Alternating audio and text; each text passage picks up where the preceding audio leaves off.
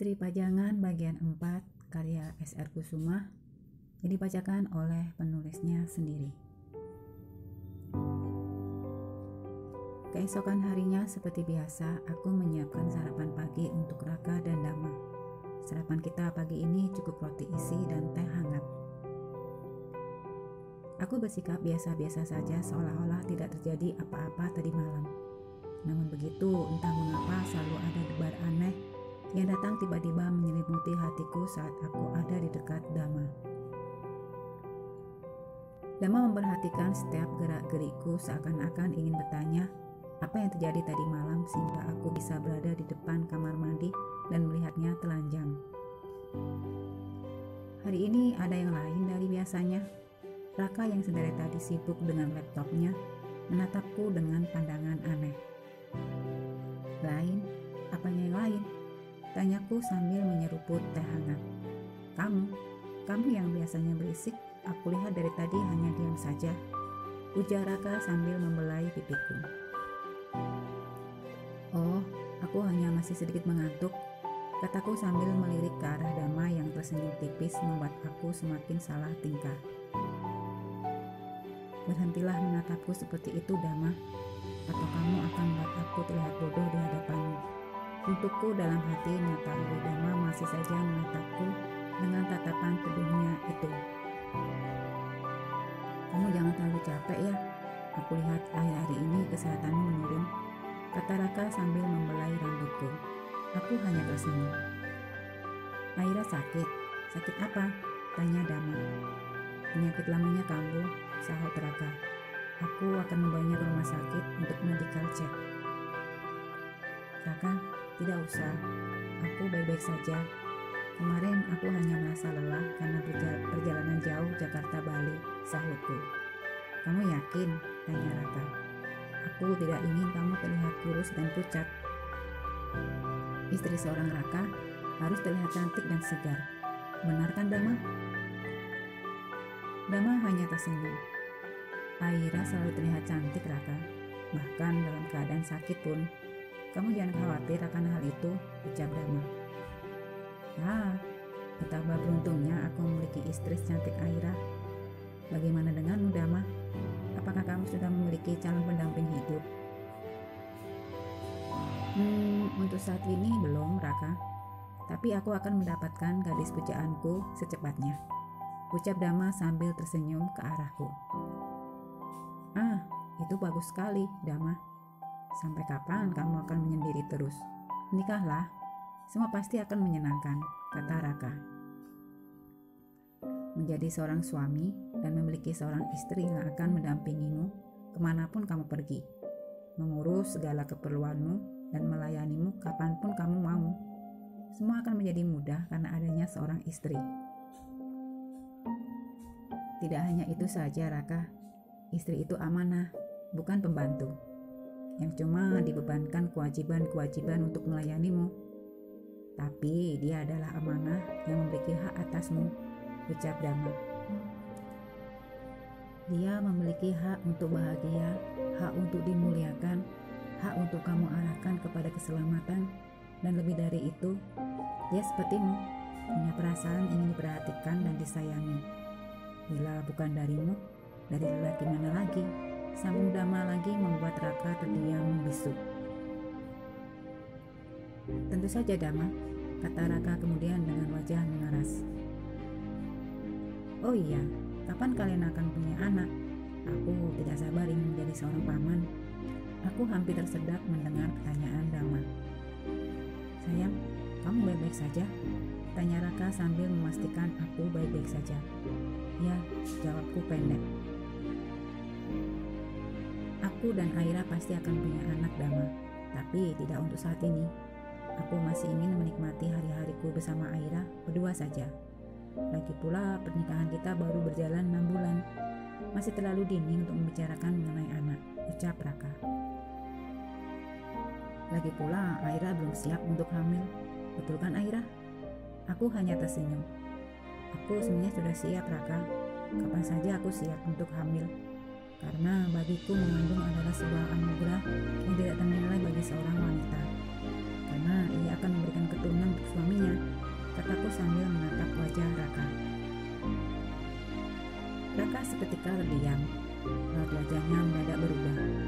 Kita akan bicarakan nanti ya, kamu jangan khawatir, aku akan membuatmu hamil dan mempunyai seorang anak. Dama terdiam menyadari ia telah memberikan pertanyaan yang salah untuk Raka, sehingga membuat suasana menjadi tidak nyaman. Sementara itu, aku merasa kesal dengan Raka yang seringkali tidak menanggapi keinginanku untuk segera memiliki momongan. Kalau Tuhan berkehendak aku hamil saat ini juga, aku pasti akan merasa bahagia. Tapi itu tidak akan pernah terjadi selama Raka belum menghendakinya. Dan aku sebagai seorang istri hanya menuruti saja apa yang menjadi kemauan Raka. Aku tidak dapat memaksanya untuk memberiku seorang anak selama ia sendiri belum siap menjadi seorang ayah. Hanya masalah waktu saja, cepat atau lambat, saat itu pasti akan datang juga. Hari ketiga tiba-tiba Raka harus kembali ke Jakarta, karena ada sesuatu yang harus ia selesaikan. Raka memintaku untuk tetap stay di Bali dengan alasan di Jakarta hanya 2 hari saja. Dan setelah itu ia akan kembali lagi ke Bali untuk menyelesaikan pekerjaannya di sini. Raka juga meminta Dama untuk menemaniku di sini selama ia berada di Jakarta. Entahlah, apakah aku harus merasa senang atau sebaliknya saat mengetahui Raka akan meninggalkanku dan meminta Dama tetap tinggal bersamaku. Apapun keputusan Raka, aku hanya bisa menerima. Meski aku tidak dapat membayangkan apa yang akan terjadi ketika dua insan berbeda jenis kelamin melakukan interaksi yang intens. Berada satu atap bersama laki-laki yang bukan suamiku, akan tetapi aku menaruh hati padanya. Dan malam itu terasa lain tanpa Raka di sampingku. Aku tidak terbiasa tidur sendiri. Sebelum menjadi istri Raka, aku selalu tidur ditemani mama. Setelah mama meninggal dan kemudian aku menikah dengan Raka. Dan malam ini aku benar-benar merasa tidak nyaman berada di ruangan seorang diri. Aku merasa gelisah. Tapi aku tidak tahu harus berbuat apa. Tiba-tiba pintu kamar diketuk dari luar. Akhirnya terdengar suara Dama. Kamu sudah tidur? Aku bergegas membukakan pintu. Dama berdiri di hadapanku. Dia hanya memakai kaos singlet dan celana boxer. Wangi aroma tubuh Dama memenuhi ruangan kamar. Kamu belum tidur? Tanya Dama sambil memperhatikan wajahku yang terlihat gelisah. Aku hanya ingin memastikan kamu baik saja. Lanjutnya lagi. Oh iya, aku tidak bisa tidur, jawabku. Kenapa? Apakah perutmu sakit lagi? Tanya Dama cemas. Tidak, aku baik-baik saja. Aku hanya tidak terbiasa tidur sendiri. Dama tersenyum. Baiklah, kalau begitu aku akan menemanimu tidur malam ini. Meskipun kalau kamu tidak keberatan. Aku terdiam ragu antara mengiyakan atau tidak. Akhirnya, suara Dama membuyarkan lamunanku. Baiklah, jawabku, gugup. Boleh aku masuk? Tanya Dama melihat aku hanya berdiri mematung di depan pintu. Oh iya, aku membiarkan Dama masuk ke dalam kamar yang selama ini menjadi tempat aku dan Raka memadu kasih. Aira, kamu jangan khawatir. Aku akan tidur di bawah, kata Dama sambil memungut bantal di atas tempat tidur. Jangan, maksudku tidak nyaman tidur di bawah, dingin. Kamu tidur di atas saja. Aira, kamu yakin? Tanya Dama menatapku tidak percaya. Itu pun kalau kamu tidak keberatan, jawabku lirih. Aku sendiri tidak merasa yakin dengan jawabanku sendiri. Ya Tuhan, apa yang aku lakukan? Aku menyuruh laki-laki lain tidur di atas tempat tidurku dan Raka. Sedekat apapun aku dengan Dama, namun apakah pantas aku melakukan hal itu? Sebelum aku menikah dengan Raka, hubunganku dengan Dama sangatlah dekat. Namun sejak aku sah menjadi istri Raka, Dama mulai menjauh dan menjaga jarak denganku. Namun malam ini Dama terlihat lain dari biasanya. Aku seperti menemukan kembali Dama yang aku kenal dulu. Dama tersenyum. Baiklah. Aku kemudian membaringkan tubuhku. tidak tahu harus berbuat apa. Di tepi ranjang, Dama duduk membelakangiku. Ia masih merasa sungkan padaku. Aku dan Dama terdiam beberapa saat, sibuk dengan pikiran kita masing-masing. Dama, aku menyentuh tangan Dama yang kekar. Dama menoleh ke arahku. Berbaringlah, ada apa? Kenapa kamu diam saja? Tanyaku. Dama terlihat gelisah seperti ada sesuatu yang sedang ia pikirkan. Aira, maaf aku. Tiba-tiba Dama mendekatkan wajahnya ke wajahku, seolah-olah ingin menciumku. Namun ia berusaha kuat untuk menahannya, sementara tangan kirinya memegang erat bahuku. Dama hanya menatapku dengan tatapan yang teduh. Tangannya kemudian bergerak membelai pipiku dengan lembut. Dama, aku menarik bahu Dama saat Dama akan menjauhkan wajahnya dariku. Aku menatap wajah Dama. Kita saling bertatapan untuk beberapa saat, hingga akhirnya aku terdiam. Entah mengapa tiba-tiba aku teringat Raka. Ya Tuhan, aku melompat dari tempat tidur membuat Dama terkejut melihat tingkahku yang aneh. Dama, maafkan aku. Seperti tersadar, aku merasa bersalah telah memperbolehkan Dama masuk ke area pribadiku dan juga Raka. Aira, ada apa? Tanya Dama bingung. Dama, aku tidak bisa membiarkan kamu tidur di sini.